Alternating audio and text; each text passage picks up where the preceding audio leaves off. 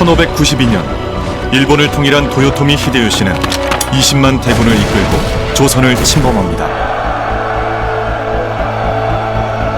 미처 전쟁 대비를 하지 못한 조선은 수도인 한양에 이어 평양까지 내줘야 했죠.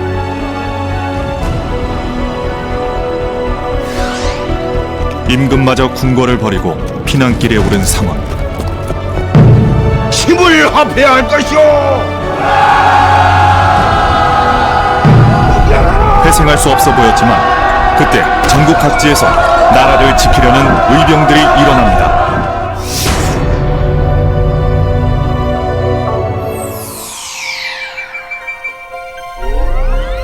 경기도 오산시 독산성에서는 권율 장군과 의병이 힘을 모았습니다.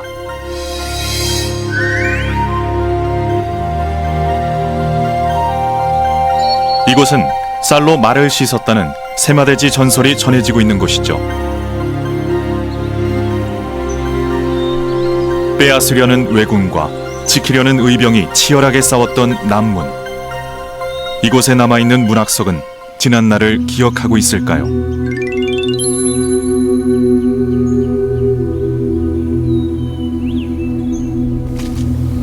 남문에서 정상으로 올라가면 쌀로 말을 씻었다는 세마대가 나옵니다. 임진왜란 당시 왜군은 성 안에 물이 없을 거라 판단하고 물 한 지게를 올려보내 관군을 조롱했습니다. 독산성은 식순환을 겪고 있었지만 권율은 높은 곳에 올라가 흰 쌀을 말 위로 쏟아붓게 했죠. 흰 쌀이 마치 물처럼 보이게 말이죠. 이 광경을 본 적장은 성 안에 물이 충분하다 생각했고 전의를 상실하고 퇴각합니다. 때를 놓치지 않고 권율과 합세한 의병들은 왜군의 테러를 공격, 큰 승리를 거두게 됩니다.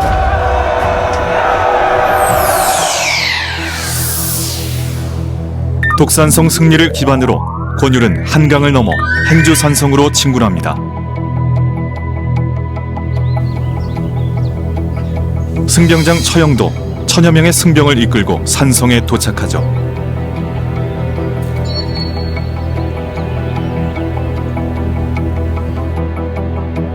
하지만 아군의 수는 턱없이 부족했습니다.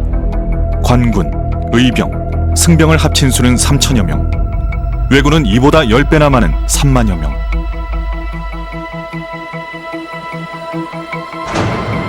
행주산성에 들어서며 권율과 처영은 어떤 심정이었을까요?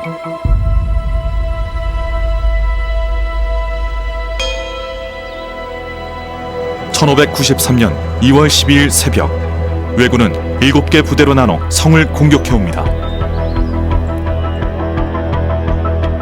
대군이 밀려들자 성 안의 아군은 화차에서 포를 발사하고 수차 석포에서 돌을 뿜어냈죠.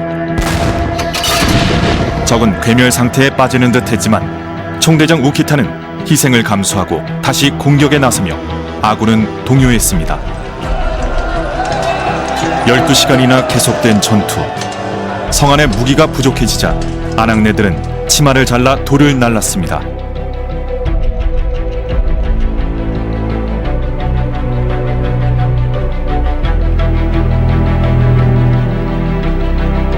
이길 수 없을 거라 보였던 전투.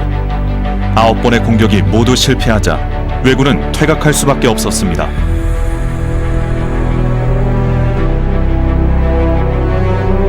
적군의 사상자는 1만 명. 회복하기 힘든 타격을 받았고 아군은 이 전투를 통해 육상 전투에서도 반전의 계기를 마련합니다. 수적인 열세에도 불구하고 승리를 거둘 수 있었던 것은 뛰어난 전략 전술과 함께 최신 무기도 큰 역할을 했습니다. 당시 사용됐던 무기는 행주대첩 기념관에 전시돼 있습니다. 불화살이 동시에 발사되는 최신의 무기. 신기전은 적을 두려움에 떨게 했죠.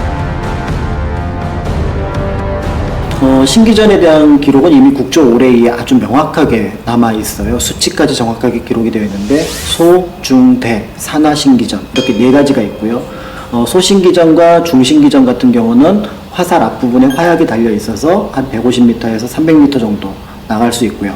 그 다음에 이제 대신기전 같은 경우는 거기에 폭발 장치까지 만들어져 있는데 전체 그 대나무의 길이가 한 5m가 넘어요. 그래서 한 600m를 날아가서 적진에서 폭발할 수 있도록 만들어 놓은 거고, 화차라고 하는 부분은 실제로 이제 이 신기전을 개발을 했는데 신기전을 쏠 수 있는 발사대라고 생각을 하시면 됩니다. 그래서 화차 자체에다가 이제 그 신기전을 꽂을 수도 있고, 나중에 이제 거기다가 총통, 승자총통이라고 하는 총통을 꽂아서 총통 화차가 만들어지기도 하죠. 조선의 최신 무기와 호국 충절 정신이 이뤄낸 행주 대첩은 임진왜란 3대 대첩 중 하나입니다.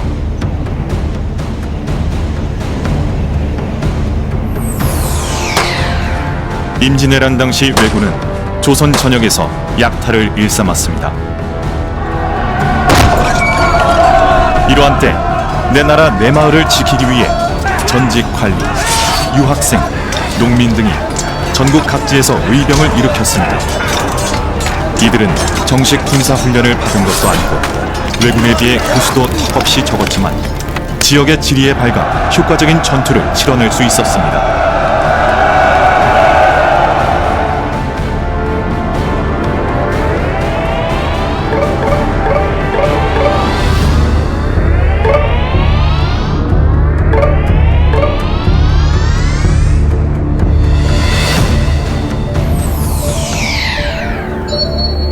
경기도 여주시 파사산성 역시 임진왜란 당시 승병들의 흔적을 볼 수 있는 곳입니다.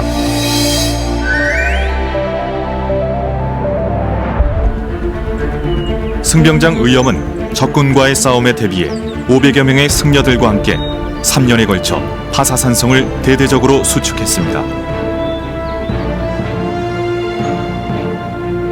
호젓한 성벽길을 따라 걷다 만나게 되는 파사성 연인 소나무.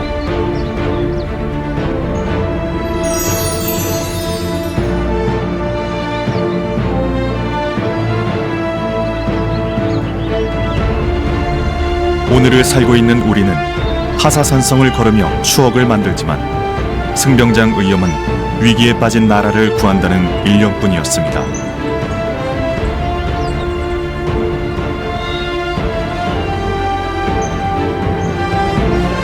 오산시와 남한강이 한눈에 보이는 정상에 올라서 그 옛날 나라를 위해 싸웠던 호국 선열들의 마음을 되새겨 봅니다.